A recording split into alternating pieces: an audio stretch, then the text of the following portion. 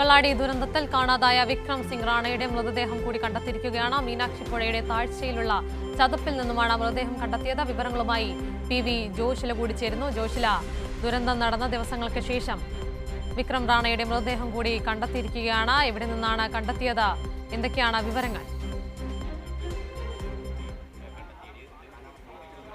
ഉമ, ഒരു മൃതദേഹം കൂടി കണ്ടെത്തിയിരിക്കുന്നു. വിക്രം റാണയുടേതാണ് എന്നുള്ള കാര്യത്തിൽ ഉറപ്പ് വരുത്തിയിട്ടില്ല. എന്തായാലും വിക്രം റാണയുടെ ബന്ധുക്കൾ ഇവിടെ എത്തിച്ചേർന്നിട്ടുണ്ട്. അവരെ ആ മൃതദേഹം കാണിച്ച് അത് ഐഡന്റിഫൈ ചെയ്യേണ്ടത് കൂടിയുണ്ട്.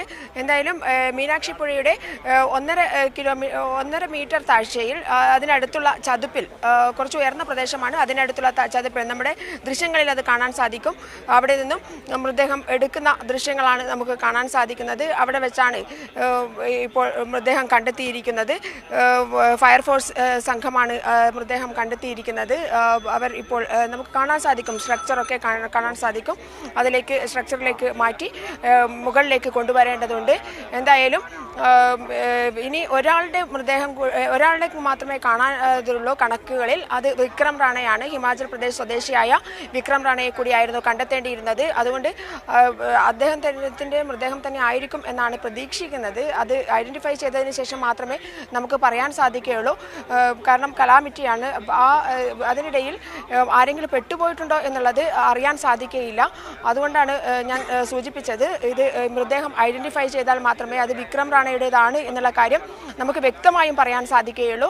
അദ്ദേഹത്തിൻ്റെ ബന്ധുക്കൾ ഇവിടെ ഉള്ളത് കൊണ്ട് തന്നെ അത് വേഗത്തിൽ നടക്കും എന്നാണ് പ്രതീക്ഷിക്കുന്നത്. എന്തായാലും മൃതദേഹം എടുക്കുന്ന ദൃശ്യങ്ങളാണ് നമ്മൾ ഇപ്പോൾ കണ്ടുകൊണ്ടിരിക്കുന്നത്.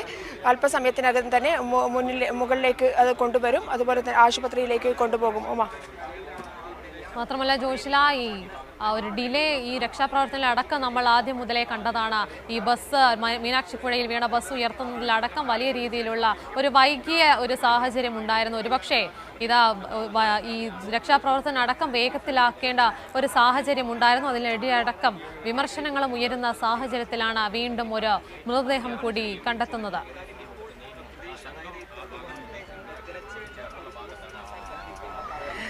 ഉമ സൂചിപ്പിച്ചതുപോലെ തന്നെ ഇത്രയും ദിവസങ്ങളായി എന്തായാലും അവസാനം 18 പേരുടെ കണക്കായിരുന്നു കമ്പനി നൽകിയിരുന്നത്. 18 പേരെയാണ് കാണാതായിട്ടുള്ളത് എന്നുള്ളതാണ് തുരങ്കപാത അതോറിറ്റി നൽകിയ വിവരങ്ങൾ. ആ കണക്കനുസരിച്ച് 18 പേരെ കണ്ടെത്തിയിരിക്കുന്നു എന്ന് വേണം പറയാൻ. 7 പേരുടെ മൃതദേഹം നേരത്തെ കണ്ടെത്തിയിരുന്നു. അതുപോലെ 10 പേരെ ആദ്യത്തെ ദിവസം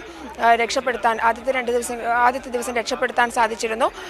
ആശുപത്രിയിലാണ് പലരും ഉള്ളത്. എന്തായാലും ഇന്ന് ഒരു മൃതദേഹം കൂടി കണ്ടെത്തിയിരിക്കുന്നു. ആ മൃതദേഹത്തിന്റെ കണക്ക് വെച്ചുകൊണ്ട് നോക്കുമ്പോൾ 18 പേരെ കണ്ടെത്തി എന്ന് പറയാം. എന്നാൽ മറ്റാരെങ്കിലും ഇതിൽ പെട്ടിട്ടുണ്ടോ എന്നുള്ളത് ഈ മൃതദേഹം കൂടി ഐഡന്റിഫൈ ചെയ്ത ശേഷം മാത്രമേ പറയാൻ സാധിക്കുകയുള്ളൂ. എന്തായാലും ഇത്രയും ദിവസങ്ങൾ കഴിഞ്ഞിരിക്കുന്നു. ആളുകളൊക്കെ തന്നെ ഇത് കണ്ടെത്താനുള്ള ഒരു ശ്രമത്തിൽ ഇന്നൊരു മാസ് തിരച്ചിലായിരുന്നു നടത്തിയിരുന്നത്. സന്നദ്ധ സംഘടനകളെ അടക്കം വിളിച്ചുകൊണ്ടുള്ള ഒരു തിരച്ചിലായിരുന്നു ഇന്ന് എല്ലാ പ്രദേശങ്ങളിലും നടത്താൻ വേണ്ടി തീരുമാനിച്ചിരുന്നത്.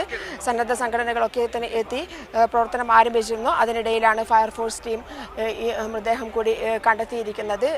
എന്തായാലും കഴിഞ്ഞ ദിവസങ്ങളിലൊക്കെ തന്നെ ഇത്രയും ദിവസങ്ങളായി നമുക്കറിയാം, അന്ന് ബസ് മാറ്റാൻ തന്നെ 2 ദിവസം കഴിഞ്ഞിട്ടാണ് ബസ് മാറ്റിയത്. ആ ബസ് മാറ്റിയ സമയത്താണ് ആ ബസ്സിൻ്റെ 2 ഭാഗത്ത് നിന്നും മൃതദേഹങ്ങൾ കണ്ടെത്താനായത്.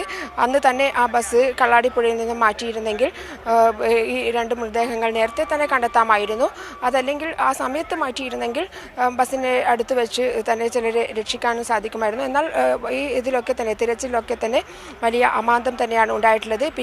ഇന്നലെയാണ് തീവ്ര പരിശോധന ആരംഭിക്കും എന്നുള്ള കാര്യം മന്ത്രി ടി സിദ്ദിഖ് അടക്കം വ്യക്തമാക്കിയത്. കടാവർ ഡോഗ്സിനെ 2 ദിവസം കഴിഞ്ഞപ്പോൾ തന്നെ കൊണ്ടുവന്നിരുന്നു. അങ്ങനെയുള്ള പരിശോധനയ്ക്കിടയിലാണ് ഇന്ന് അവസാനമായി ഒരാളെ കൂടി കണ്ടെത്തിയിരിക്കുന്നത്. ഉമ.